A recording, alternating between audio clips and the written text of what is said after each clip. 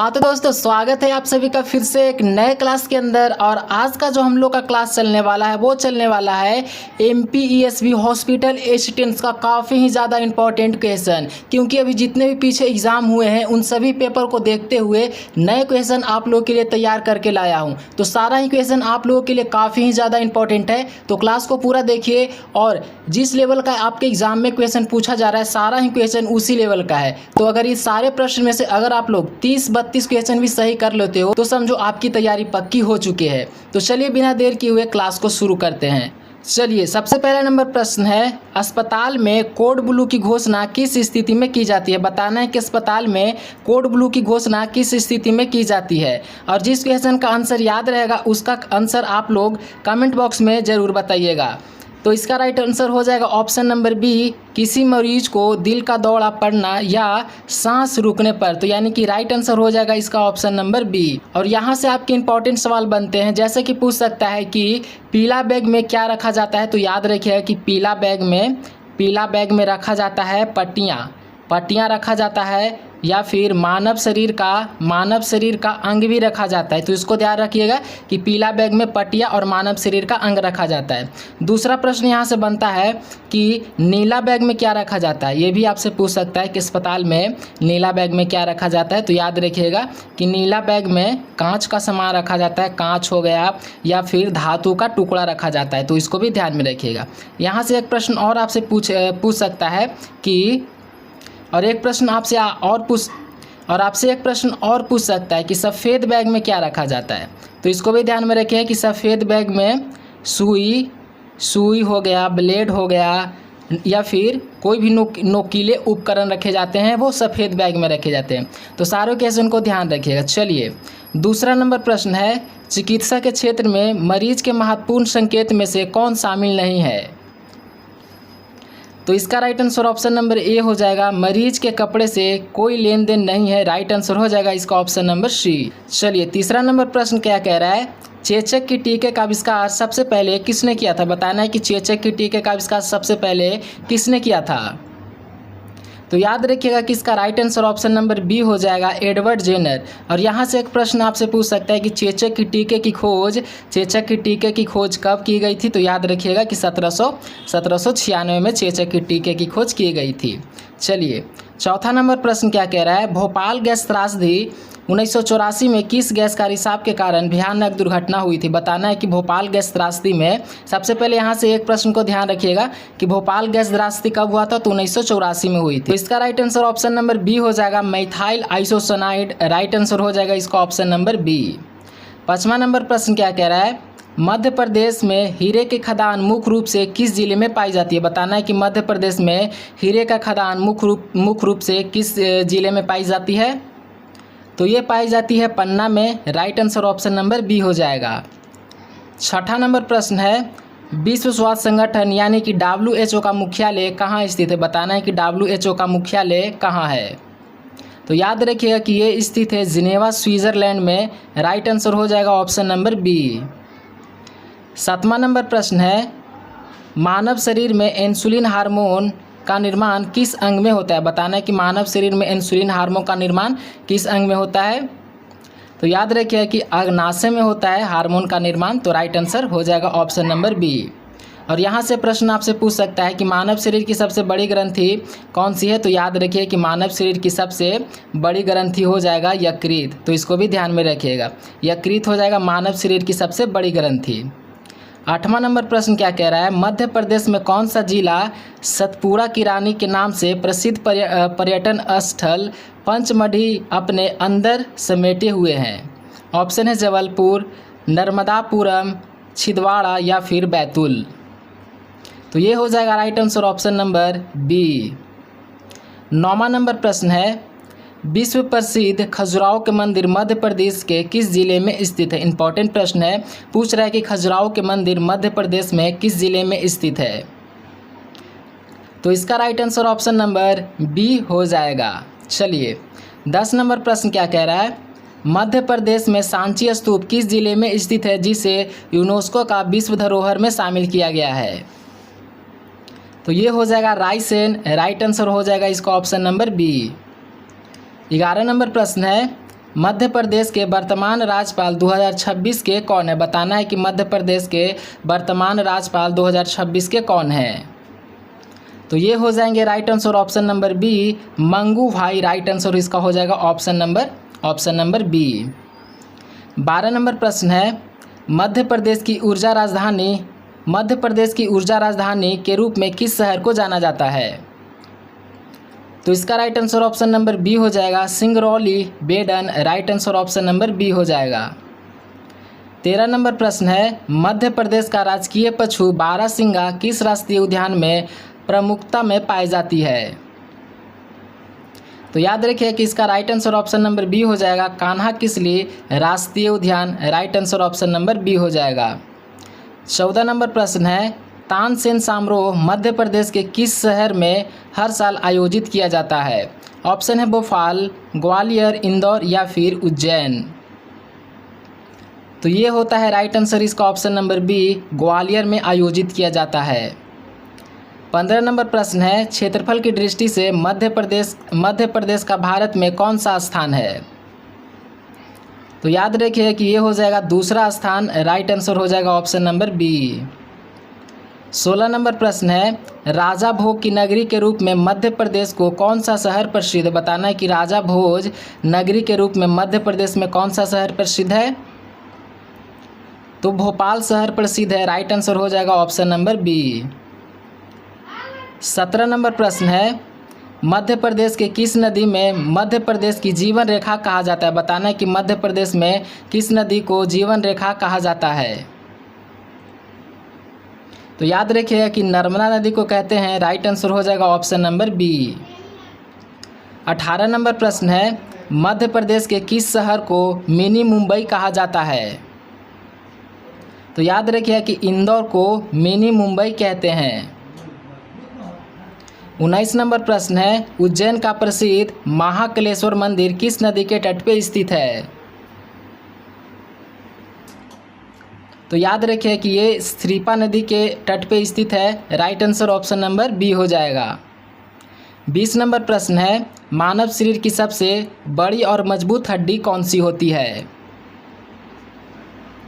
तो याद रखिए कि फीवर की हड्डी होती है जो कि जांघ में पाई जाती है। Right answer option number B हो जाएगी। और यहीं पे अगर पूछेगा कि मानव शरीर की सबसे छोटी हड्डी कौन सी होती है, तो ये हो जाएगी स्टेपीज जो कि कान में पाई जाती है। ये भी इंपॉर्टेंट सवाल है, पूछ सकता है। 21 नंबर प्रश्न है, विटामिन सी का सबसे समृद्ध और अच्छा प्राकृतिक स्रोत कौन सा है? ऑप्शन में है दूध, आंवला, सेब या फिर केला। तो याद रखिएगा कि इसका right answer option number B हो जाएगा आंवला। और यहाँ से प्रश्न आपसे पूछ सकता है कि सेब में कौन सा अम्ल पाया जाता है? तो याद रखिए कि सेब में मौलिक अम्ल पाया जाता है।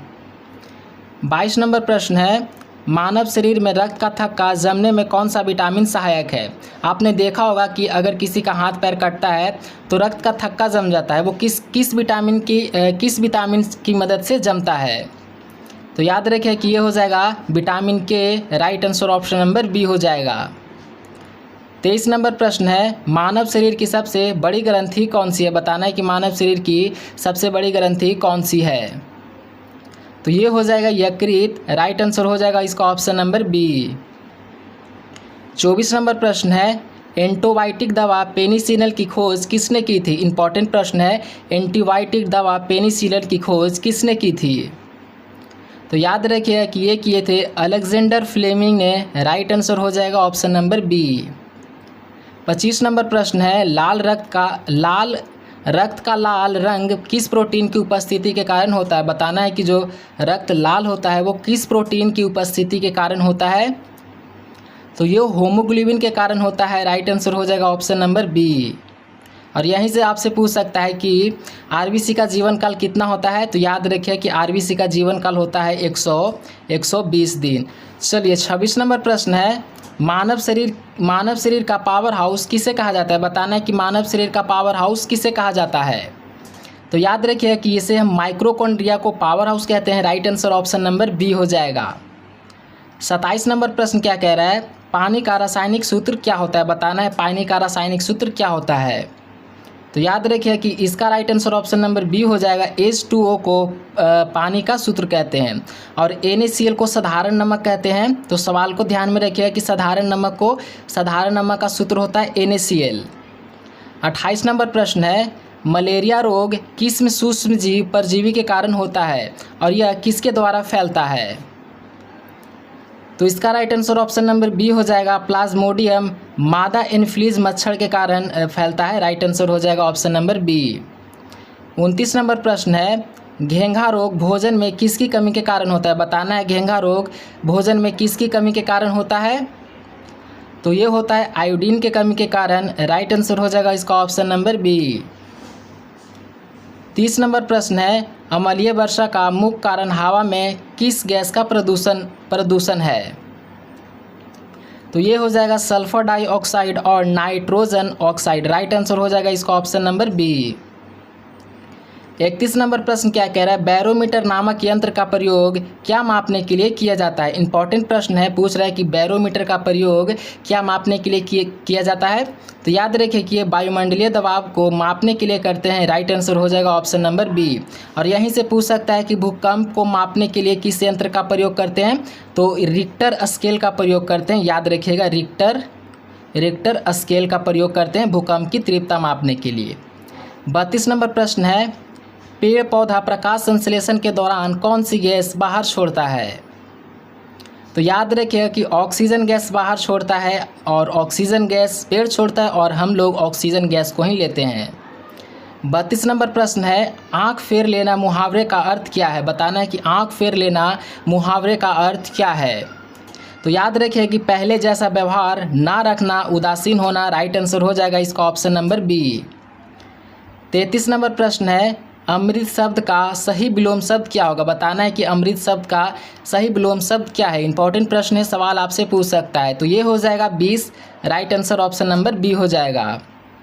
34 नंबर प्रश्न क्या कह रहा है, आकाश शब्द का सही परिवाची शब्द कौन सा है? बताना है कि आकाश शब्द का सही परिवाची शब्द कौन सा है? तो ये हो जाएगा गगन। राइट आंसर हो जाएगा ऑप्शन नंबर बी। 35 नंबर प्रश्न क्या कह रहा है, निम्नलिखित में से शुद्ध वर्तनी शुद्ध शब्द का चयन कीजिए। बताना है कि इसमें से कौन सा शब्द है जो कि शुद्ध लिखा हुआ है। 3 शब्द इसमें अशुद्ध है और 1 शब्द शुद्ध है। बताना है कि कौन सा शब्द शुद्ध लिखा हुआ है। सवाल आपसे पूछेगा। तो ये हो जाएगा option number B. Option number B Ujjwal बिल्कुल सही लिखा हुआ है। 36 नंबर प्रश्न क्या कह रहा है, लंबोदर लंबा है उदर जिनका अर्थात गणेश में कौन सा समास है? बताना है कि लंबोदर लंबा है उदर जिनका अर्थात गणेश में कौन सा समास है? समास से क्वेश्चन आ चुका है। तो ये हो जाएगा बहुब्रीहि समास। राइट आंसर हो जाएगा इसका ऑप्शन नंबर बी। 37 नंबर प्रश्न क्या कह रहा है, जो सब कुछ जानता हो वाक्यांश के लिए एक शब्द क्या होगा? बताना है कि जो सब कुछ जानता हो उसे हम क्या कहते हैं? तो उसे हम लोग सर्वज्ञ कहते हैं। राइट आंसर हो जाएगा इसका ऑप्शन नंबर बी। और जो कम जानता हो उसे हम लोग अल्पज्ञ कहते हैं, जो कम जानता हो। तो सवाल को ध्यान में रखिएगा। 38 नंबर प्रश्न पूछ रहा है कि पवन शब्द का संधि विच्छेद क्या होगा? संधि विच्छेद से आपके एग्जाम में पूछा जाएगा, ध्यान रखिएगा। सही इसका पवन का संधि विच्छेद हो जाएगा पो प्लस अन। राइट आंसर हो जाएगा ऑप्शन नंबर बी। 39 नंबर प्रश्न पूछ रहा है, बुढ़ापा शब्द में कौन सी संज्ञा है? बताना है कि बुढ़ापा शब्द में कौन सी संज्ञा है? तो इसका right answer option number B हो जाएगा भाववाचक। Right answer option number B हो जाएगा। चलिए 40 नंबर प्रश्न क्या कह रहा है, हाथ मलना मुहावरे का सही अर्थ क्या है? बताना है कि हाथ मलना का मुहावरे का सही अर्थ क्या होगा? तो ये होता है पछताना। Right answer option number B हो जाएगा। 41 नंबर प्रश्न क्या कह रहे हैं, अनुराग शब्द का सही विलोम शब्द क्या है? बताना है कि अनुराग शब्द का सही विलोम शब्द क्या है? ऑप्शन है प्रेम, विराग, नफरत या फिर वैराग्य। तो याद रखिएगा कि इसका राइट आंसर हो जाएगा ऑप्शन नंबर बी विराग। 42 नंबर प्रश्न क्या कह रहा है, बायोमेडिकल वेस्ट के नियम के अनुसार संक्रमित प्लास्टिक कचरे जैसे खाली सिरिंज, IV सेट, कैथलेटर को किस रंग के डिब्बे में डाला जाता है? ऑप्शन है पीला, लाल, नीला या फिर काला। इंपॉर्टेंट प्रश्न है, क्वेश्चन को ध्यान में रखिएगा। तो इसे डालते हैं हम लोग लाल डिब्बे में। राइट आंसर हो जाएगा ऑप्शन नंबर बी। 43 नंबर प्रश्न है, अस्पताल में प्रयुक्त होने वाली BMI का पूर्ण रूप क्या, यानी कि BMI का आपसे फुल फॉर्म पूछा जा रहा है, तो इसका होता है body mass index. Right answer हो जाएगा इसका ऑप्शन नंबर बी। 44 नंबर प्रश्न क्या कह रहा है, यदि किसी व्यक्ति को मधुमेह के कारण अचानक बेहोशी या कमजोरी महसूस हो तो प्राथमिक उपचार में सबसे पहले क्या देना चाहिए। ऑप्शन है ठंडा पानी, चीनी का घोल या फिर ग्लूकोज, कड़वी दवा या फिर भारी भोजन। तो याद रखिए कि सबसे पहले उसे चीनी का घोल या ग्लूकोज देना चाहिए यदि मरीज बेहोश हो तो इसका right answer option number B हो जाएगा, चीनी का घोल या फिर ग्लूकोज दें यदि मरीज होश में हो।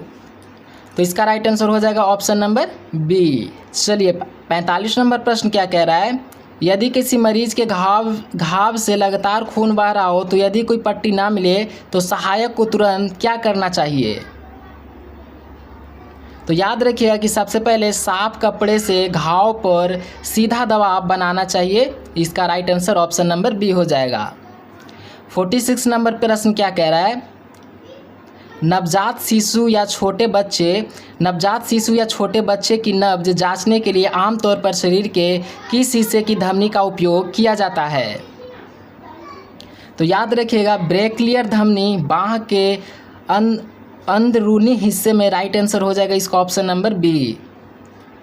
47 नंबर प्रश्न क्या कह रहा है, ऑटोक्लेव मशीन का उपयोग अस्पताल में मुख्य रूप से किस कार्य के लिए किया जाता है। ये एक प्रकार का मशीन है, इसका प्रयोग अस्पताल में हम किसके लिए करते हैं। तो याद रखिएगा सर्जिकल उपकरण को उच्च दाब और भाप द्वारा स्टोरेलाइज रोगाणुमुक्त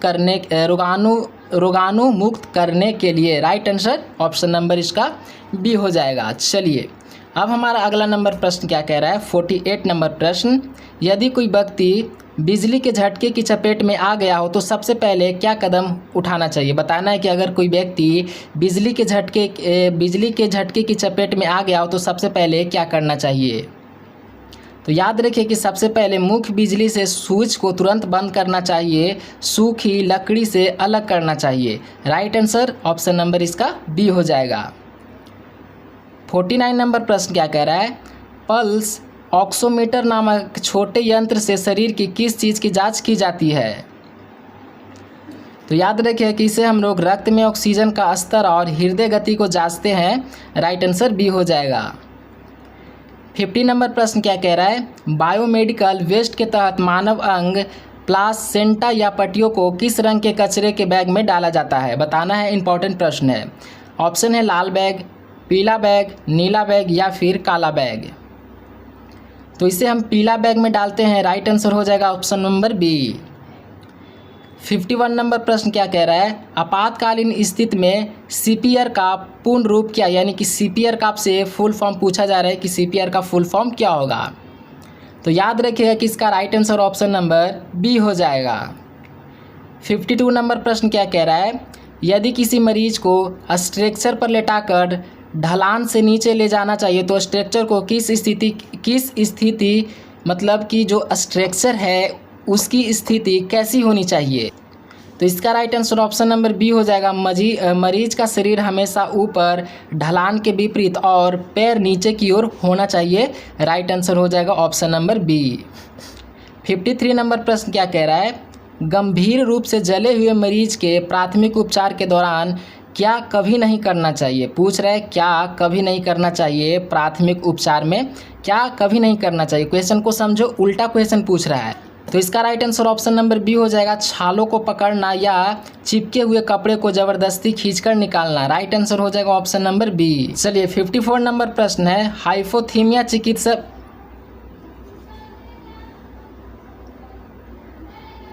चलिए 54 नंबर प्रश्न है, हाइपोथीमिया चिकित्सा विज्ञान के किस स्थिति को कहा जाता है।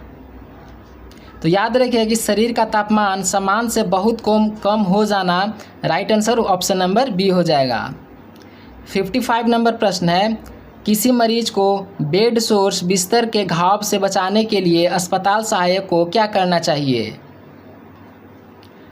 तो उसे हर 2 घंटे में मरीज की पोजीशन करवट बदलते रहना चाहिए और बेड शीट सूखी रहनी चाहिए। राइट आंसर हो जाएगा इसका ऑप्शन नंबर बी। 56 नंबर प्रश्न है, अस्पताल के वार्ड में बेड मेकिंग करते हुए पुरानी चादरों को हटाते वक्त क्या ध्यान रखना चाहिए? तो याद रखिए कि चादरों को बिना झाड़े अंदर की तरफ मोड़कर धीरे से लॉन्ड्री बैग में रखना चाहिए और ताकि संक्रमण ना फैले। राइट आंसर ऑप्शन नंबर इसका बी हो जाएगा। 57 नंबर प्रश्न है, यदि किसी व्यक्ति को कुत्ते काट लिया हो तो प्राथमिक उपचार के तहत घाव को सबसे पहले कैसे साफ करना चाहिए? यदि किसी व्यक्ति को कुत्ते काट ले तो सबसे पहले हमें क्या करना चाहिए? इसका right answer option number B हो जाएगा। घाव को बहते हुए साफ और साफ पानी से साबुन से कम 10 से 15 मिनट अच्छी तरीके से धोना चाहिए। राइट आंसर हो जाएगा बी। और यहीं पे प्रश्न आपसे पूछ सकता है कि कुत्ते के काटने से कौन सा रोग होता है? तो याद रखिएगा कि कुत्ते के काटने से रेबीज होता है, इसको भी ध्यान में रखिएगा। चलिए 58 नंबर प्रश्न है, अस्पताल सहायक को मरीज की देखभाल करने से पहले और बाद में हाथ धोने के लिए किस WHO द्वारा कितनी चरणों की सलाह दी गई है? ऑप्शन है 3 चरण, 5 चरण, 6 से 7 चरण या फिर 10 चरण। तो याद रखिएगा कि 6 से 7 चरण हो जाएगा इसका right answer option number C. चलिए 59 नंबर प्रश्न क्या कह रहा है, डिफिब्रिलेटर मशीन का उपयोग अस्पताल में किस आपातकालीन स्थिति में किया जाता है? डिफिब्रिलेटर एक प्रकार का मशीन है, मतलब किस आपातकालीन में इस मशीन का प्रयोग किया जाता है? तो याद रखिएगा कि इस यंत्र का प्रयोग दिल की असमान धड़कन को ठीक करने के लिए बिजली का झटका देने हेतु किया जाता है। राइट आंसर हो जाएगा इसका ऑप्शन नंबर बी। तो दोस्तों हम लोगों ने 60 क्वेश्चन को कंप्लीट कर लिया है। नंबरिंग में गलत होगा, 1-2 क्वेश्चन ऊपर हो चुका है। तो अपना स्कोर कमेंट करके बताइए कि आप लोगों ने कितना स्कोर किया है और कितने क्वेश्चन का आंसर आपको याद था, कमेंट करके बताइए। और क्लास को अभी तक लाइक नहीं किया तो प्लीज़ क्लास को लाइक करके चैनल को सब्सक्राइब जरूर कर लीजिए।